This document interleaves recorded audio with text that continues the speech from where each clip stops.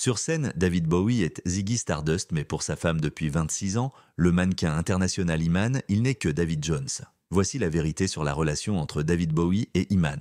Le personnage emblématique de Ziggy Stardust est né non seulement de l'esprit créatif de David Bowie lui-même, mais également de sa première épouse Angie. Le couple s'est marié en 1970 au début de la carrière de David et elle l'a encouragé à accepter son excentricité et à l'incorporer dans son identité scénique. Leur mariage est rapidement devenu explosif. Selon l'Evening Standard, David a dit un jour que vivre avec Angie était comme vivre avec un chalumeau. Selon Mirror, Angie a affirmé plus tard que David avait fait pression sur elle pour qu'elle accepte un mariage ouvert et qu'il avait l'instinct d'un chat de gouttière bisexuel. Elle a également déclaré qu'ils avaient eu un trio la veille de leur mariage et qu'elle l'avait surpris une fois au lit avec Mick Jagger.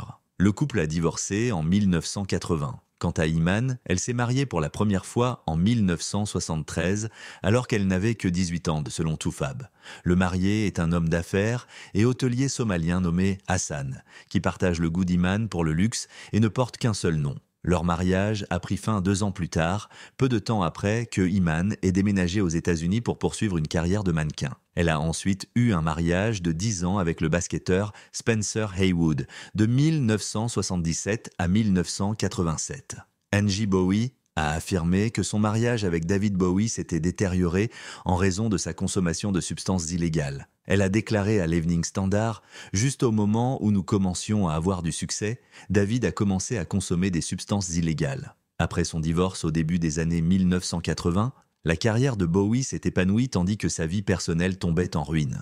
Après avoir applaudi chaque soir ses performances devant une foule immense, il retournait dans le silence vide de sa chambre d'hôtel. Teddy Antolin, coiffeur et ami de Bowie, a déclaré au Mirror « David était très seul. C'était tellement triste, tout le travail acharné que David faisait chaque jour et ensuite il se retrouvait seul. » La rencontre avec Iman a motivé Bowie à prendre le contrôle de lui-même. Antolin a expliqué « Il a décidé, je l'ai rencontré, je change de vie, j'ai besoin d'impressionner cette femme et de me ressaisir. Il a fait tout ce qu'il fallait, il avait besoin de changer ses mauvaises habitudes et c'était remarquable parce que David, je n'ai jamais bu. Ou quoi que ce soit d'autre après ça. » Un soir de 1990, Bowie est arrivé à une fête organisée par Teddy Antolin à Los Angeles dans une Ford Mustang blanche, habillée de la tête aux pieds en denim blanc. Iman, qui a récemment pris sa retraite du mannequin, est arrivé à la même soirée dans une Mercedes noire, habillée de la tête aux pieds en cuir noir. Antolin a immédiatement su que c'était un signe. Il a déclaré au Mirror « Je me suis dit, qu'est-ce qui pourrait être plus parfait ?» En fait, Antolin a invité Iman à la fête et a convaincu Bowie de se rendre à Los Angeles pour l'occasion. Le tout dans le but de les réunir. Il montra ce modèle aux musiciens et la réaction fut immédiate. Il a déclaré au Mirror, ils se sont regardés et c'était le coup de foudre, on pouvait sentir l'électricité. Quelque chose s'est produit. Ils passèrent toute la soirée à discuter comme s'ils se connaissaient depuis longtemps. Ils se regardèrent comme pour se dire, sautons le dessert et rentrons à la maison maintenant, d'accord ? Dans une interview avec ET, David Bowie résume sa première impression de la soirée. Je l'ai trouvée intolérablement séduisante. Au moment où il rencontre Iman, Bowie a 43 ans et est célibataire depuis une décennie. Il sait exactement ce qu'il veut. En 2000, il confie au magazine Hello. Mon attirance pour elle a été immédiate et totale. Je n'ai pas pu dormir la nuit avant notre premier rendez-vous tant j'étais excité. Dans ma tête, c'était déjà décidé qu'elle serait ma femme. Je n'avais jamais poursuivi quelque chose avec autant de passion de toute ma vie. Je savais juste que c'était elle. Le lendemain de leur rencontre, à un dîner chez Antolin, Bowie l'invite à prendre le thé. Une initiative qu'il qualifie plus tard de ringarde lors d'une interview avec ET. Il était tellement nerveux qu'il a juste dit « thé ». Il ne boit pas de thé. Il n'en a jamais bu. Il a pris un café. Iman, alors âgé de 35 ans, venait de mettre fin à son deuxième mariage 3 ans plus tôt et hésite encore à s'engager avec la légende du rock. En 2014, elle confie au Guardian « Je n'étais pas prête pour une relation. Et surtout, je ne voulais pas me lancer dans une relation avec quelqu'un comme lui. » Cependant, ce sont ces gestes maladroits mais sincères de Bowie qui montrent à Iman l'homme derrière la façade du rock. À cette époque, en 1990, Bowie avait déjà sorti une vingtaine d'albums et joué dans une vingtaine de films et séries. Le sommet de sa carrière, avec son tourbillon de glamour et de chaos, était en grande partie derrière lui.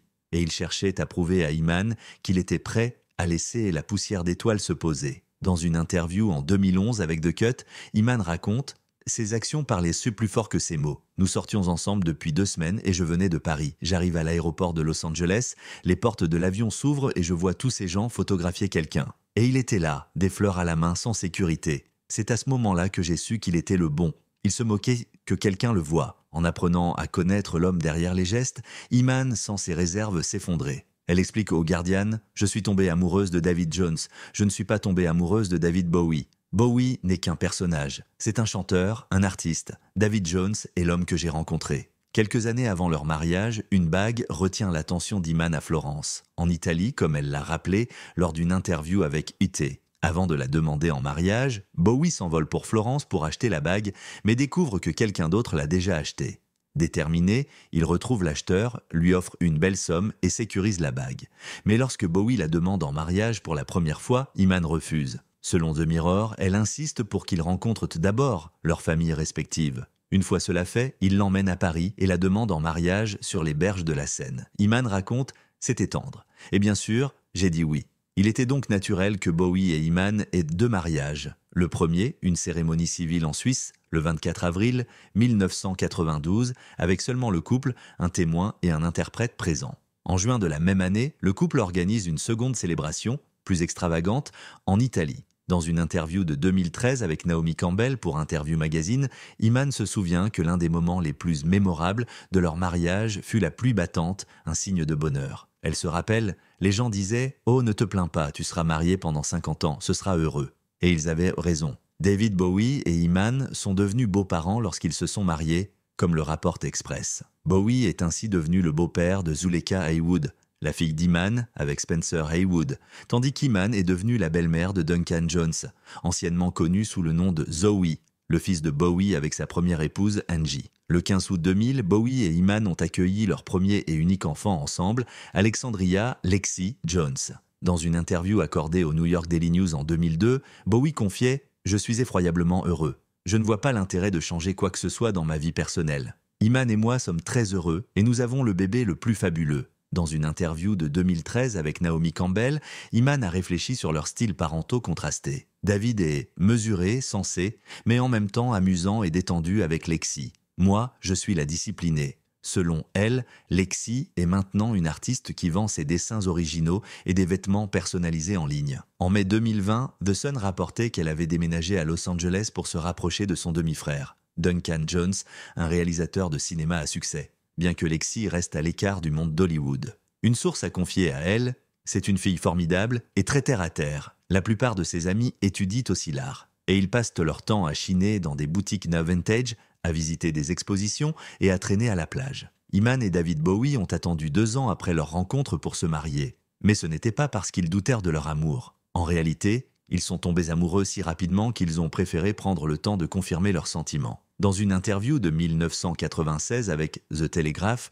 Bowie se souvenait « Quand j'ai rencontré Iman, ça a été instantané. C'était vraiment l'une de ces choses qui arrivent du jour au lendemain. En fait, c'était si soudain que nous savions qu'il fallait attendre quelques années avant de nous marier, pour être sûr de ne pas nous tromper. Et heureusement, nous ne nous sommes pas trompés. Cela a été une telle joie. » Après leur mariage, Bowie n'a jamais caché que son union avec Iman avait plus d'importance pour lui que sa carrière. Il a déclaré à ET « S'il fallait choisir entre l'un ou l'autre, il n'y a pas de doute. » En vieillissant, on lui demandait souvent quelle était sa plus grande réussite. Selon Metro, en 1995, il a répondu à un journaliste musical « Épouser ma femme, c'est la chose la plus réussie que j'ai jamais faite dans ma vie. » Quand le journaliste a précisé qu'il parlait de la carrière musicale de Bowie, le musicien aurait répliqué en riant « Rien d'autre ne compte. » Lors d'une apparition en 2010 sur The Nate Berkus Show, Iman a partagé « Mon mariage est aussi fabuleux que vous pouvez l'imaginer. Il est amusant, c'est un homme très curieux et j'apprends énormément de lui. » Dans une interview de 2010 avec Harper's Bazaar, Iman a révélé que la dynamique de leur dispute